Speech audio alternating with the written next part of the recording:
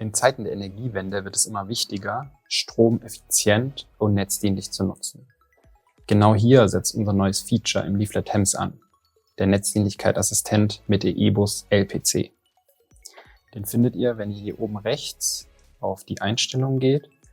Dann gibt es jetzt hier eine neue Option Netzdienlichkeit.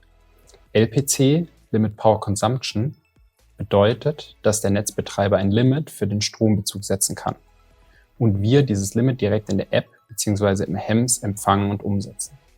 Neu ist, das funktioniert jetzt auch über eBus, ein offener Kommunikationsstandard für Energiegeräte. Damit können Netzbetreiber gezielt den Stromverbrauch steuern und wir als Haushalte oder Unternehmen helfen aktiv mit, das Stromnetz nicht zu überlasten. Das Ganze funktioniert sicher, transparent und vollautomatisch, direkt über unser HEMS. Dann würde ich euch jetzt mal zeigen, wie die Einrichtung funktioniert. Ihr könnt hier den Netzdienlichkeit-Assistenten öffnen und sehen hier oben unter Netzdienlichkeit Einrichtung zwei Optionen. Einmal Relais, einmal eBus Steuerbox. Wir schauen uns erstmal Relais an, wählen es aus, auf Weiter und sehen dann hier, bitte schließen wir die Steuerbox gemäß unserer Anleitung an. Auf unserer Webseite findet ihr das Benutzerhandbuch und könnt dementsprechend das HEMS mit der Steuerbox verbinden. Und dann Einrichtung abschließen und es ist schon eingerichtet. Und wenn es jetzt richtig verdrahtet ist, können wir bereits LPC-Signale empfangen und verarbeiten. Die andere Option ist eBus Steuerbox. Dabei muss das HEMS im gleichen Netzwerk wie die Steuerbox sein, also über LAN 1 des HEMS. Wählen wir aus und klicken auf Weiter, sehen jetzt hier alle möglichen Geräte im Netzwerk. Das sind bei mir mehr Geräte, weil ich im Testnetzwerk bin und ich finde jetzt noch keine Steuerbox, weil die noch nicht verbunden ist. Ich starte diese jetzt mal und suche nochmal und sehe jetzt hier eine Demo-Control-Box. Wähle ich aus und sehe jetzt hier oben verschiedene Parameter der Control-Box. Einmal sehe ich die Local SKI, das ist die SKI des HEMS. Dann sehe ich die Remote SKI. SKI steht für Subject Key Identifier, das ist praktisch eine eindeutige Identifizierung des Geräts. Die Remote SKI ist zugehörig zu der Control-Box. Ich sehe den Namen, ich sehe die Brand, Device Type, Device ID. Und wenn ich hier unten den Haken setze, mit diesem Gerät eine Verbindung aufbauen, bedeutet das, dass ich der Control-Box vertraue, also praktisch dieser Remote SKI. Die Steuerbox muss aber uns auch vertrauen. Das bedeutet, wir müssen hier noch die Local SKI kopieren. Das ist jetzt in der Zwischenablage und kann einfach zum Beispiel über E-Mail dem Netzbetreiber zur Verfügung gestellt werden. Der Netzbetreiber hinterlegt diese SKI dann auf der Steuerbox und damit vertraut die Steuerbox auch unserem HEMS. Dann gehe ich hier auf Einrichtung abschließen. Jetzt sieht man direkt, weil ich das schon vorbereitet hatte, die Steuerbox vertraut unserem HEMS, wir vertrauen der Steuerbox, es ist verbunden. Es gibt noch einen dritten Status.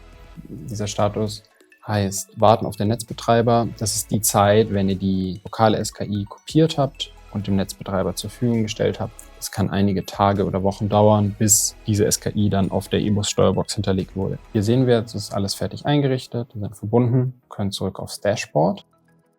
Und hier sehen wir jetzt zum Beispiel, okay, unsere Wallbox wird gerade mit 22 kW geladen. Jetzt schicke ich mal ein Limit mit 5 kW. Das kann einige Sekunden dauern. Das HEMS fragt regelmäßig diese Daten ab. Und man sieht dann, okay, es ist jetzt limitiert. Wir sehen ein Ausrufezeichen oben bei dem Smart Meter. Da könnt ihr auch mal drauf gehen. Der Verbrauch ist temporär reduziert auf das Minimum von § 14a. Auch in dem Netzdienlichkeit-Assistent sehen wir, der Verbrauch ist vorübergehend reduziert auf 5 kW. Diese 5 kW habe ich gerade geschickt. Falls es bei euch jetzt so sein sollte, dass ein Limit anliegt, ihr seht dieses Ausrufezeichen, aber die Wallbox läuft weiter wie bisher, dann kann das daran liegen, dass ihr unter den Optimierungseinstellungen und Laden bei der Wallbox die Netzdienlichkeit nicht aktiviert habt.